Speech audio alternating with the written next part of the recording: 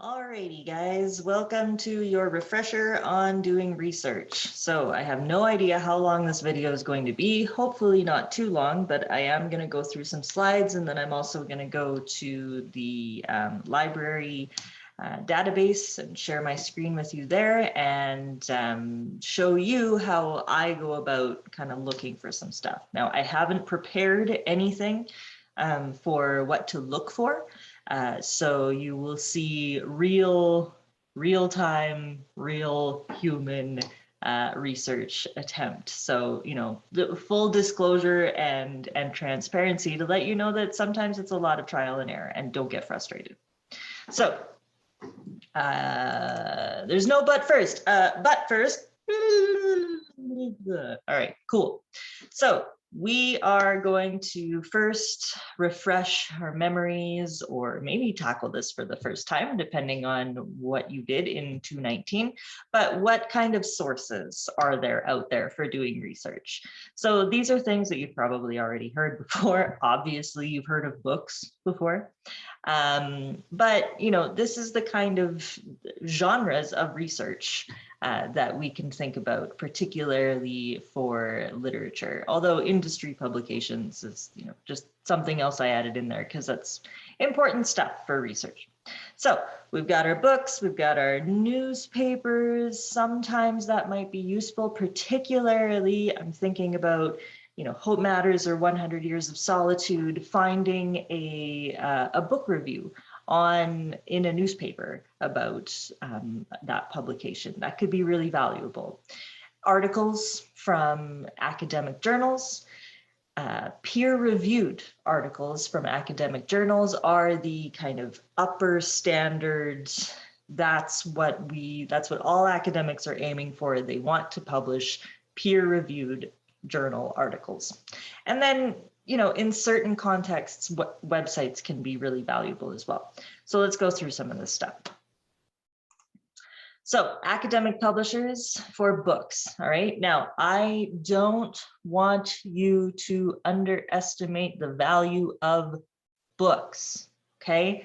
Particularly when it comes to researching about literature such as Dr. Faustus, such as 100 Years of Solitude, such as Shakespeare's sonnets, or who else did we look at? Earl of Rochester. You know, books are still awesome, okay? Don't forget about books. These are some of the publishers that you might come across. Now, I do have a few books here. So hello, up in the upper right corner of your video here. But, you know, you can see sort of right there, it's probably backwards for you, but Palgrave Macmillan, right? So like, here's a good example of an academic book, right? This one here is, well, Schroeder's the author's name. What's this one by here? Prager. Never heard of that one, but you know, whatever. Here are some academic publishers that you can, you know, you can anticipate are going to be putting out good, reputable, fact-checked, you know, ethically researched and written stuff. Books are good. Use books. Beware of these kinds of books, okay? So we live in a digital era where everybody can DIY, right? So beware of self-publishers. If you are looking on Amazon and you find something for $1.99 and there's like no cover page attached to it, right? It's probably self-published through Amazon. Same with Kobo. There are services out there like Smashwords and Publish Drive. Anybody can write and publish a book now if they want to toss a bit of money at it. These are not, you know, these are books that have not been put through the checks and balances of being edited and fact-checked and you know, reviewed by a jury of their peers. So you need to be careful about those kinds of books.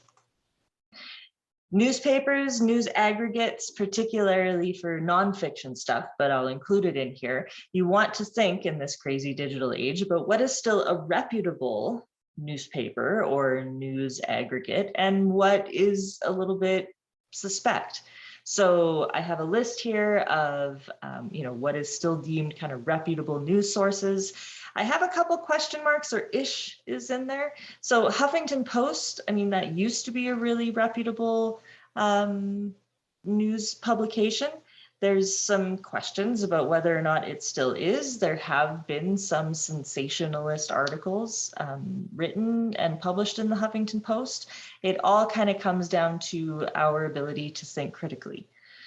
Same thing with CNN and CBC and MSNBC. So all of these sort of 24/7 news channels, these sort of ticker news things at the bottom that scroll across, what are they really selling? You can't really sell news, right? You sell advertising. And so you need to think critically about whether or not these are driven by facts or whether they are driven by money. So other ones that you need to be really careful about, anything on social media, obviously you need to ask yourself whether this is a reputable source. Things like BuzzFeed and InfoWars can come across and really do have quite a bit of an agenda, right? So we are not getting unbiased, looking at both sides of the argument kind of situation when it comes to websites like that. Anything that has sensational headlines or like typos and bad grammar, those don't have editors, right? So that's probably one person kind of making saying whatever they want. Anything that doesn't have an author's name and anything that's marked sponsored or advertisement. Now, you're not necessarily going to run across these issues when it comes to literature, but while we're talking about research, I think it's important to keep these things in mind. And they might come up when it comes to literature, particularly if you are doing some research on Hope Matters, which is very contemporary. So depending on what angle you're taking there, you might end up looking at some news articles. So you have to be aware and careful about evaluating these sources. Are you using reputable sources? Now, journal articles, as I mentioned, that's our kind of bread and butter. This slide I ripped right from my English for Engineers, so you can see a lot of science and engineering journals here. But when I go through my demonstration of accessing the library databases, we'll see some more humanities-based ones. But journal articles, particularly if they're peer-reviewed, that's where you can kind of feel confident that you're finding some decent stuff that has been put through the testing and the ethics for, is this, has this done its due diligence to be worthy of being part of that truthful academic conversation. I also just threw industry publications in there. Again, probably not necessarily so much when we're looking at literature, but certainly in your other classes. Industry publications, those are, they need to keep their reputation up. They need to be at the forefront of the cutting edge of the industry. So you can kind of hope that there's some good reputable stuff in there. Okay, so what is peer review? So essentially, peer review is when you write an article and then that article goes to a journal, and then the journal finds people who are considered experts in that field of whatever you wrote this article about, and they read the article and they say, yes, based on my expertise of this topic and my understanding of the field and knowing what I know, I think that this person has a good understanding of what it is that they, the main idea that they're talking about.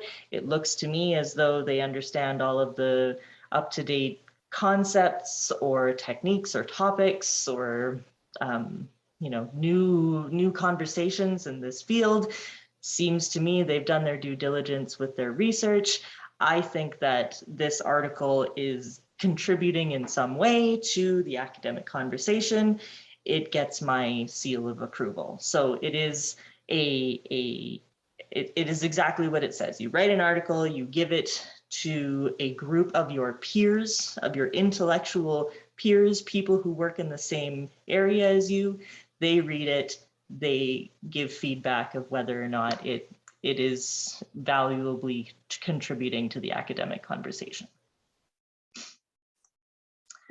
Okay, websites. So websites aren't bad, right? Again, you need to be careful, particularly now that they are so easy to acquire. So I want you to think about those top level domains, right? The .com, .ca for Canada, .co.uk for the UK.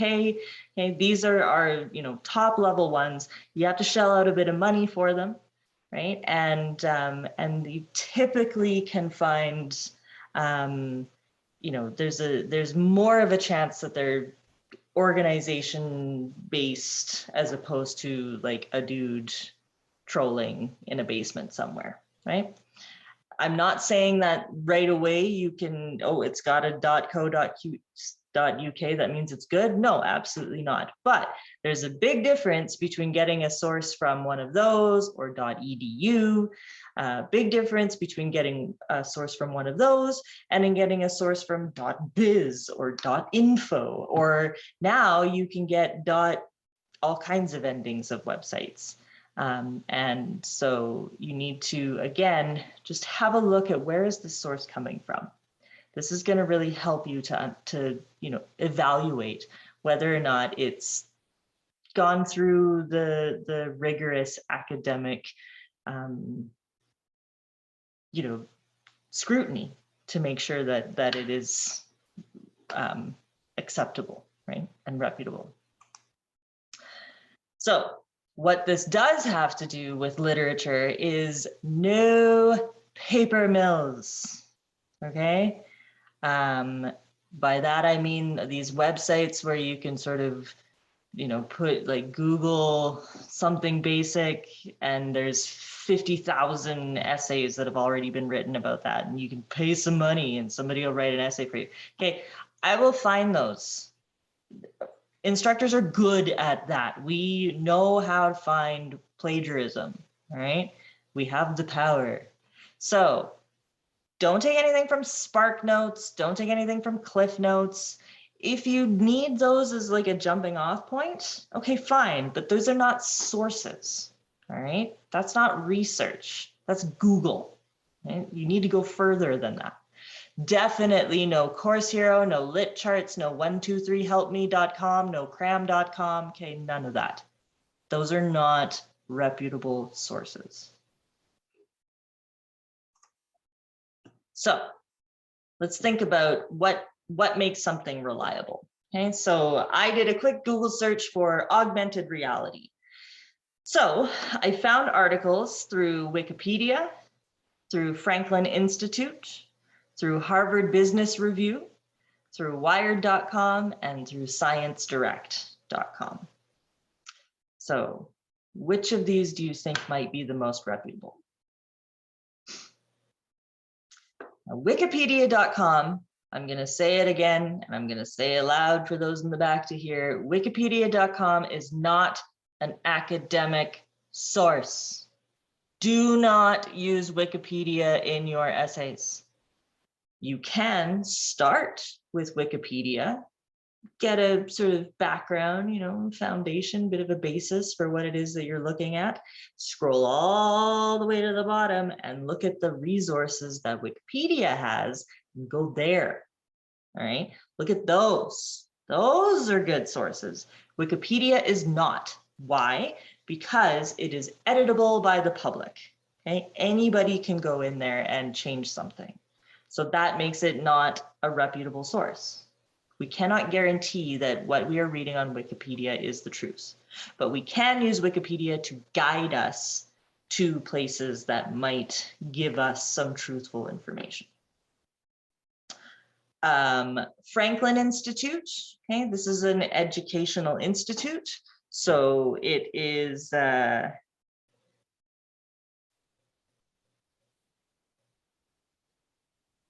whatever. Sorry, distracted. So it's an educational institute. They're doing some research there, right? Pretty not bad. Harvard Business Review. Now it has a .org, which sometimes you need to be a bit careful about, but in this instant, it is literally Harvard. I don't know why they're using a .org, but they are. So, these two, Franklin Institute and Harvard Business Review, you'd probably find some pretty decent stuff on there. Check it, right? Evaluate it. Check it against your instincts, and is there an author? Is there a footnote somewhere? Does it cite its sources? Like, all that stuff matters. Wired.com, now we're getting into a sort of public, common audience, right? So they're in it to sell some advertising. So while there might be some valuable, interesting stuff on there, this is the one that you need to treat with a little bit more skepticism. Not saying that it's wrong, but you need to sort of ask yourself, why is this being written? And is there another side to this? And then Science Direct is actually an academic journal. So this is the one that's actually going to, right away, we can assume it's been through all of the checks and balances. So again, to summarize real quick, Wikipedia, no. If I see a Wikipedia on your works cited, I'm going to write no in big letters, right? But you can use it as a bit of a jumping off point to figure out where you might go. Franklin Institute, Harvard Business Review, there's probably some decent stuff in there, right? We can be fairly confident it's okay. Wired.com, you're going to see advertising. So you have to question, right? What is this? What is the purpose of this? ScienceDirect.com is an academic journal. We can feel pretty confident in getting something from there. So in terms of sources, the best thing that you can do when you're doing research, I really recommend this for any kind of assignment that you're doing. Find the resource that you think that you can use in the assignment, skim it, give it a light read, right? Don't go through it with a fine-tooth comb at this point, but give it a bit of a skim and a read. What does it mean in general? Rewrite that, right? Paraphrase the main important points in your own words, and might as well do it right now so you don't forget about it or get caught in the very end having to re-find all of these things. Make the citation right away. So that is how I recommend that you treat sources. Now, literature. What do we do about literature? Okay. Keyword search terms are still really important. So when I was looking for stuff on 100 Years of Solitude and Magical Realism, that's what I started with. Magical Realism, 100 Years of Solitude. Now, I got a few hits, some misses, right? So I needed to maybe slightly change some things. Gabriel Garcia Marquez and magic, right? Or Garcia Marquez and supernatural, Garcia Marquez and alchemy, Garcia Marquez and immortality, Garcia Marquez and ghosts, 100 Years of Solitude and the color yellow, right? Play around with some search terms. Now, books, okay, books are great. So I did tell some of you that I did take out some books from the library as I was creating the magical realism lesson. All right, so this one here, Rediscovering Magical Realism in the Americas. This one here, Magical Realism in the Post-Colonial Novel Between Faith and Irreverence. This one here, Theory of the Novel, right? Now, just because I'm saying take out a book does not mean I am saying read from page 1 to the end. No, right? What you do is you look at the chapters, okay, and you look at the index.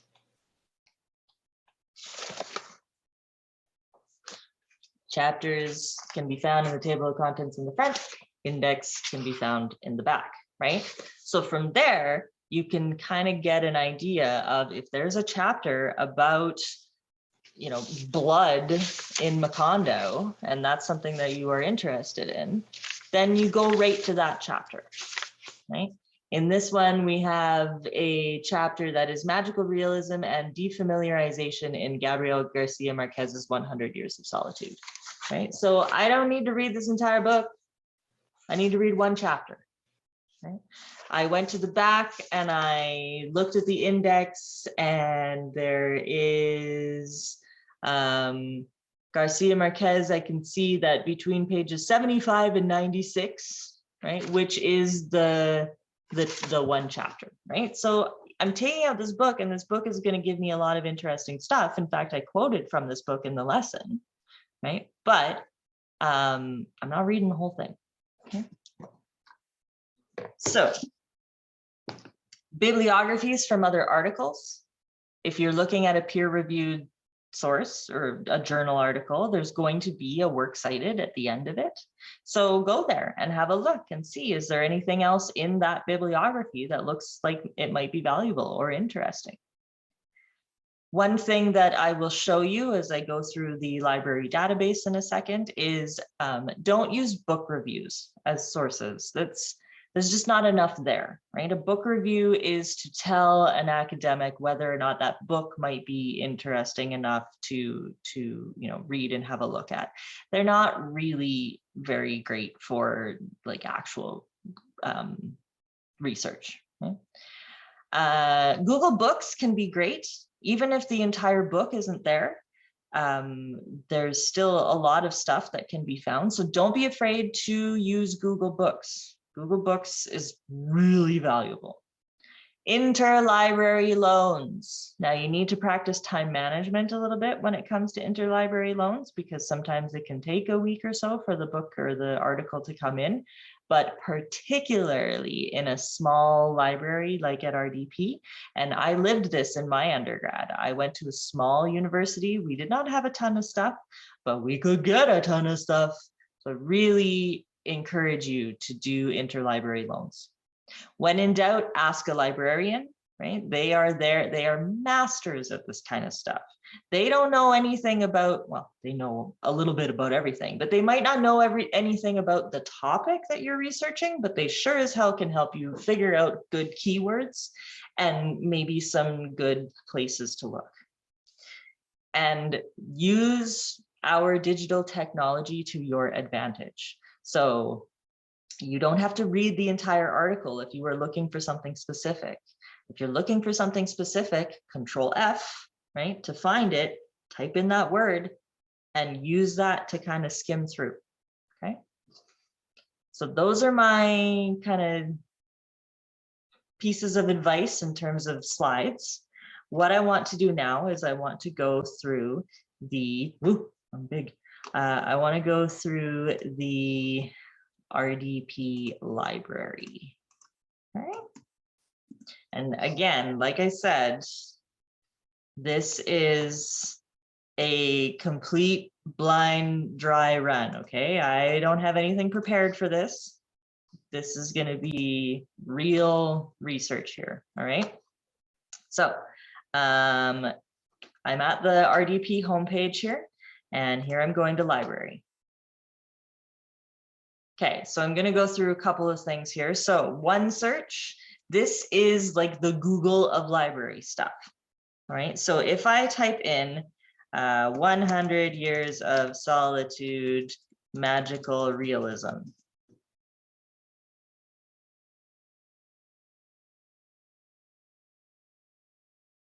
I'm getting 248, right? 248 hits.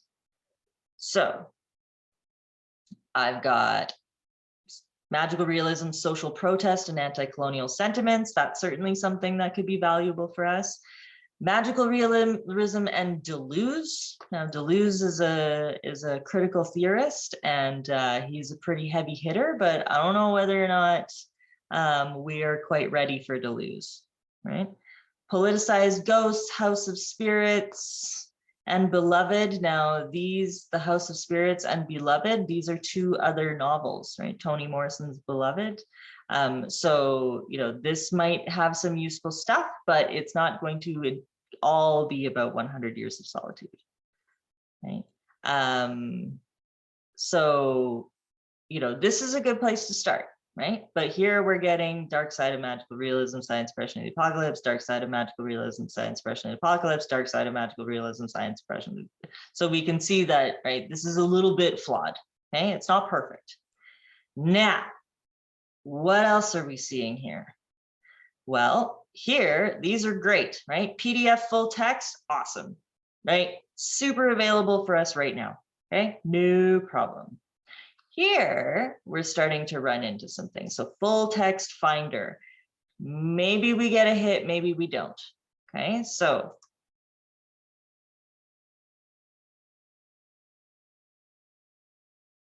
no results were found at RDP, all right? So put a pin in that, we'll come back to that.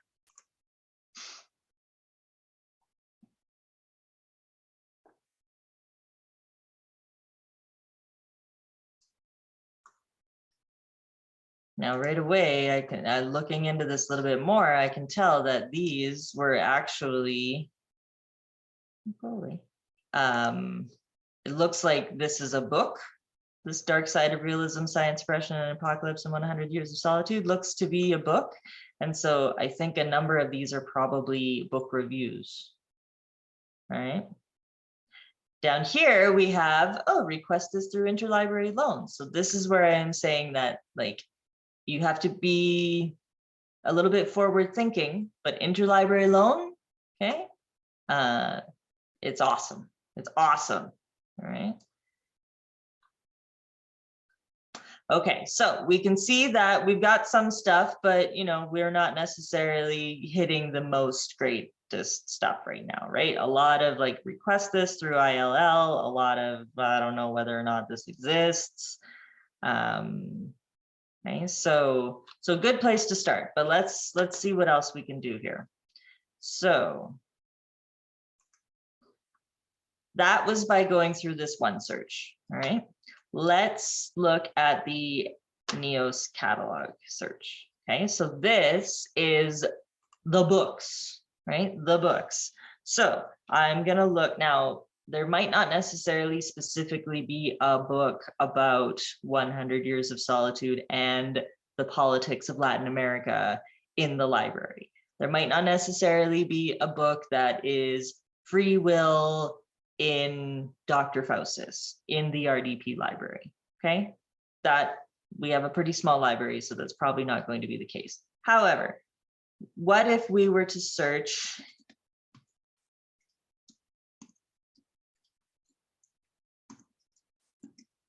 Indigenous storytelling in Canada? Maybe we want to write a research paper on Hope Matters, and we want to talk about how like stories are valuable, the poems act as stories, what is that?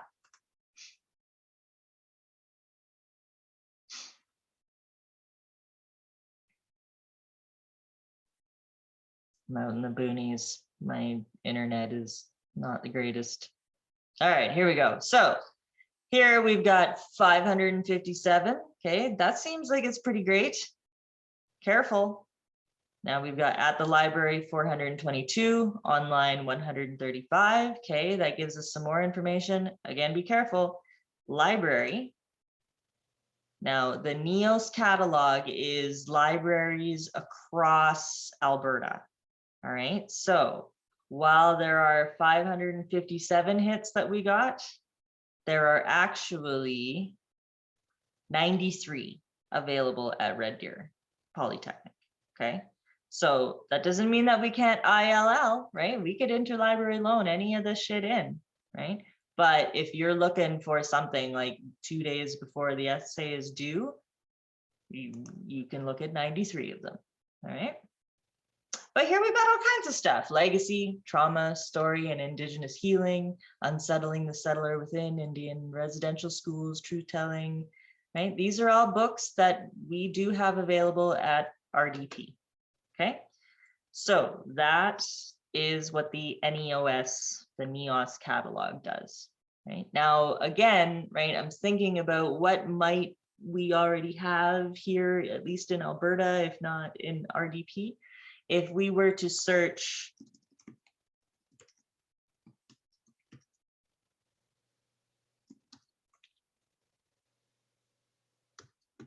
Christopher Marlowe and Catholics, okay, 162. And if we are to have a look at Red Deer College, oh, that's what's checked already. Okay, if that wasn't there, woo, 1,437. Okay, all kinds of stuff, right? 162 of them at RDP. Cool. Right, like all kinds of books that we might have. Right, Christopher Marlowe and the Renaissance of Tragedy, Cambridge Introduction to Christopher Marlowe. Cool. Suffering and Evil in the Plays of Christopher Marlowe. Okay, that we got all kinds of shit. That's awesome. Okay, so that's what the NEOS catalog is. Now, these things on the side are important for kind of honing in. Okay, now the other thing I want to tell you, let's do Faustian Motif in the Tragedies by Christopher Marlowe. Okay, my next piece of advice for you is, oh, is this an online version? Yeah, click here for internet access. Okay, so this is an ebook. Okay, let's find a physical book.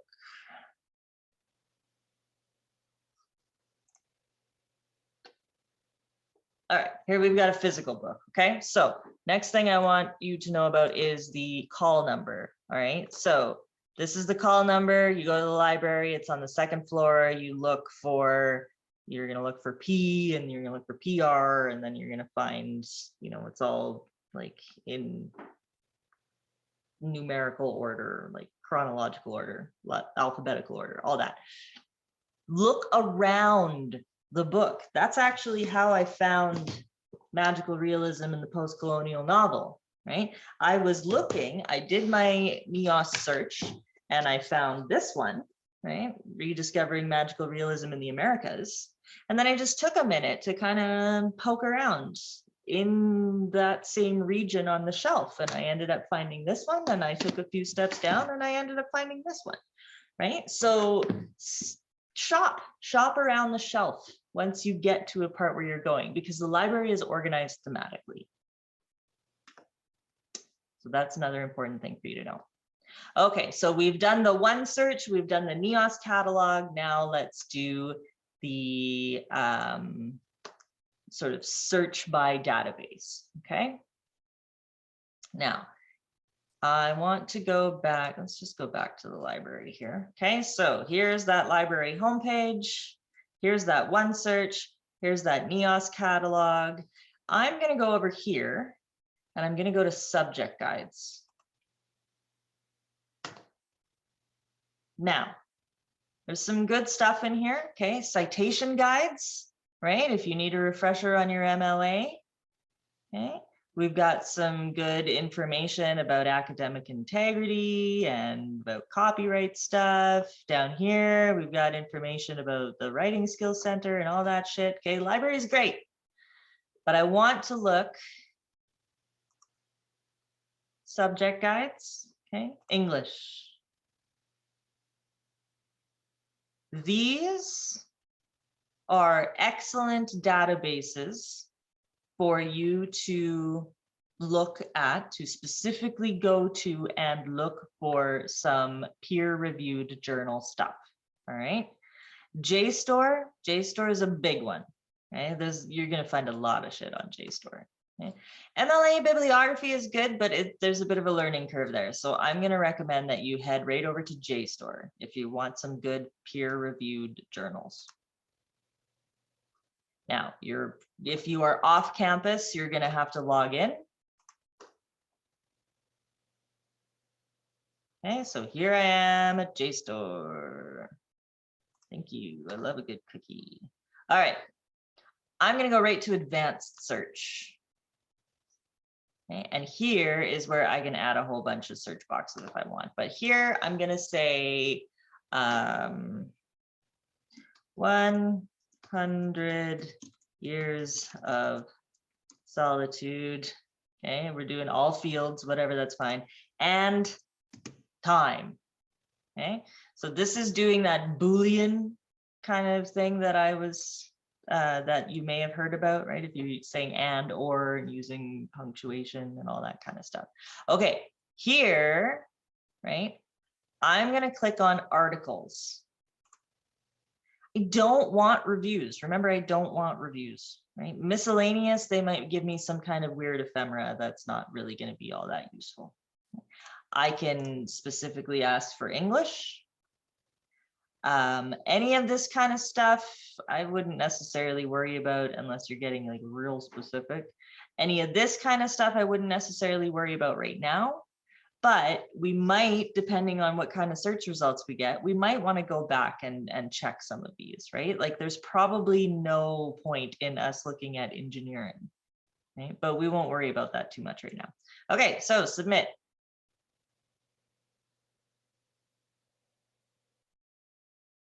All right, 13,648 results, right?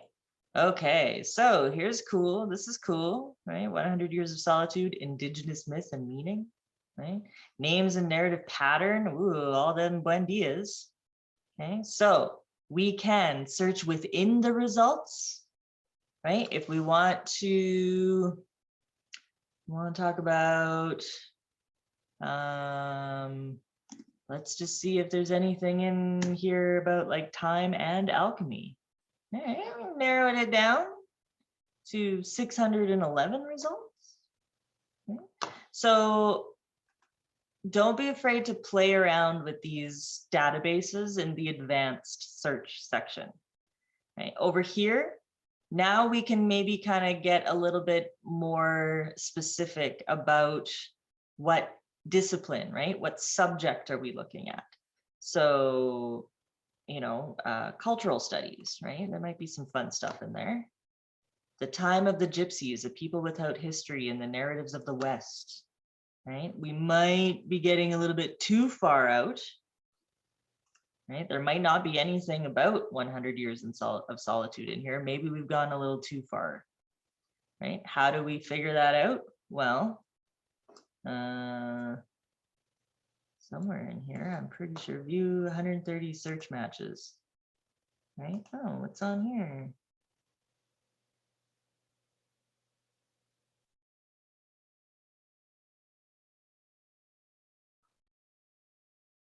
Nothing useful. Sweet.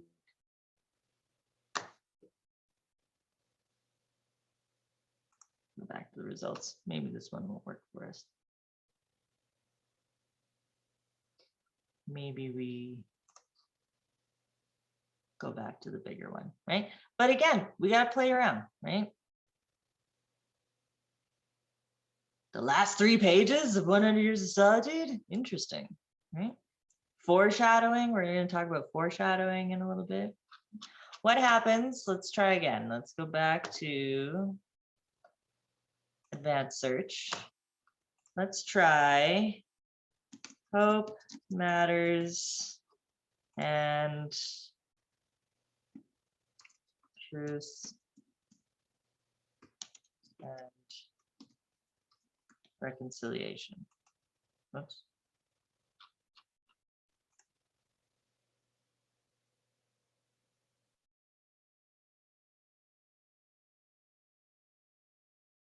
Okay, so truth and reconciliation is a big post-colonial thing, right? So we've got a lot of different, you know, in Sierra Leone and South Africa. And so, you know, maybe we need to search within these results and go Canada.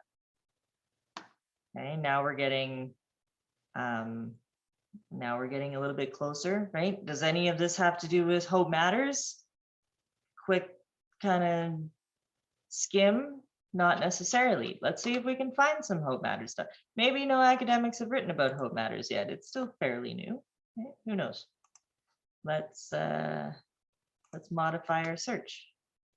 So we got Hope Matters, Truth and Reconciliation. Let's put in Lee Maracle.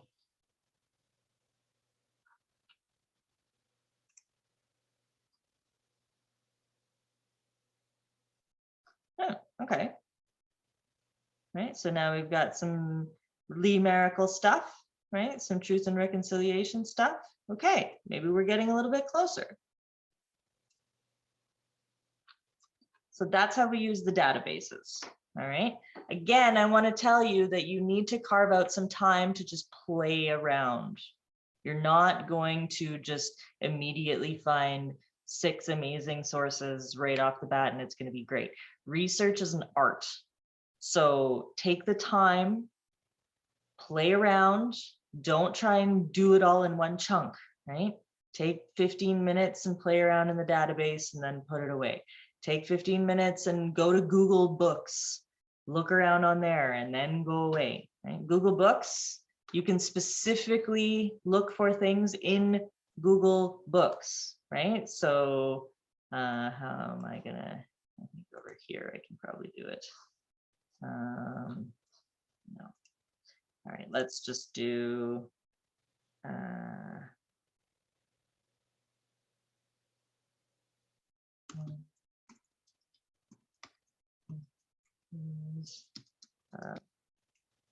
solitude and alchemy.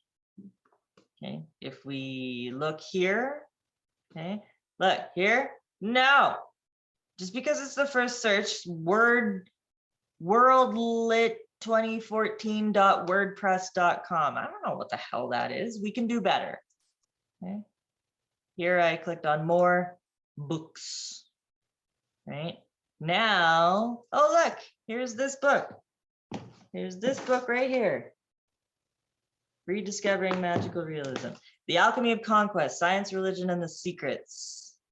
Right? I think this is 100 Years of Solitude. Let's click on that.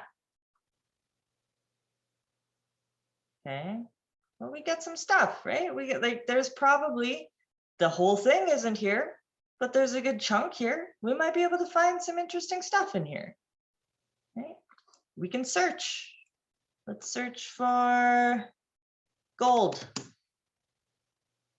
Here's all these different pages that have gold on them, right? Maybe we can just find something useful in here, okay?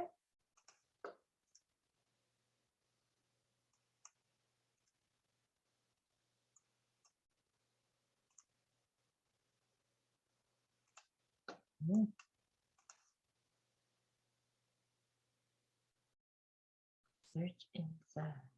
Preview 124 pages. Why are you still? Oh, no. Search. Okay, so let's see. Can we get to the table of contents? Contents. The alchemy of something something.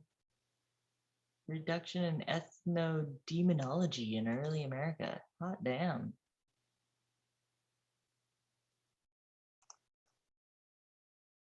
Cannibals eating bacon. I don't know what this is about, but right, maybe I'll take 15 minutes and have a look and see. Okay, this is what research is about. So be patient, take some risks, treat it like a bit of a detective exercise. Right? The Oxford Handbook of Gabriel Garcia Marquez. Right? Probably some good valuable stuff in there. Looks to me like we can get all kinds of shit for this book. Right? So Google Books is good too. All right, this video is way longer than I intended on it being. I hope this was a little bit helpful for you. Head on over to the Kahoot, and thank you very much for your accommodation for me. And I will stop sharing so that I can come back here. Thank you very much for accommodating this, and I really appreciate it. And I will see you guys next week. All right. Bye.